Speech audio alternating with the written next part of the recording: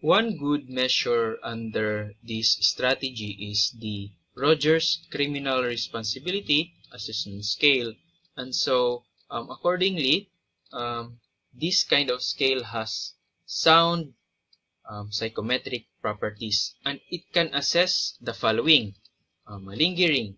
It can also detect brain injury, as well as mental disorders, and also it can detect if you are controlling your loss of cognitive or behavioral control resulted from a brain injury or non-organic mental disorder. Okay, our sixth topic is about the process guidelines as forensic investigator. So here, in our reference book, it was um, recommended that the scrutiny of the actor, the scrutiny of yourself as the evaluator, and the context of which distortion occurs must be considered. Okay, so this means that, for example, your case is about murder. You also have to study, to examine what is homicide all about. Aside from that, if the client, the perpetrator, or the defendant claims to have cerebral impairment, then it must be examined if it has organic cause. And let's say the cause is about vehicular accident. So you should know as the evaluator if what is the normal behavior of the person prior to the alleged car accident. Okay, so the guideline for forensic investigation is first, what are the preparations before the evaluation? So it is still recommended to review all reliable information. For example, what are those information that coming from the self-report of the client or the perpetrator or defendant, as well as the report of the significant others, and all the psychometric testing, the neuropsychological testing, all of that must be prepared. And also it must be studied.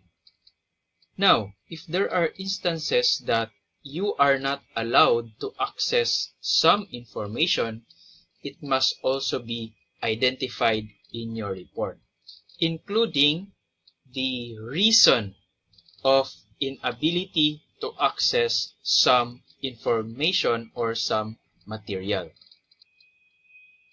Okay, so during evaluation, invalidation response styles such as occurrence of disruptions, distractions, and sabotage of the evaluation process might be expected.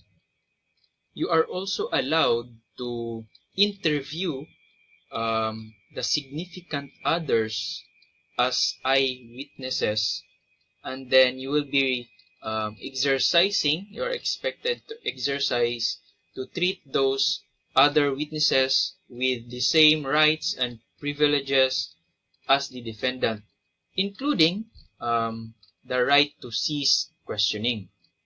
When it comes to questions, you are also encouraged to conduct open-ended interview so that you can elicit original responses from the client. And also you are allowed to ask close-ended questions so that the client can make a stand on his or her own. Now, during evaluation, you as the evaluator, you also have to check your mood and emotions during the day, because it will affect your process of evaluation. And also, you also have to consider the mood and emotion of the person you are evaluating with. For example, the client, the perpetrator, or the defendant as well as the eyewitnesses. So you have to check and balance before proceeding, because if you are um, on a bad side of the bed, or you are bad mood the entire day as the evaluator, it will affect the result of your evaluation. As well as if your client is also not in the good mood, and it will also affect the result of the entire process of evaluation.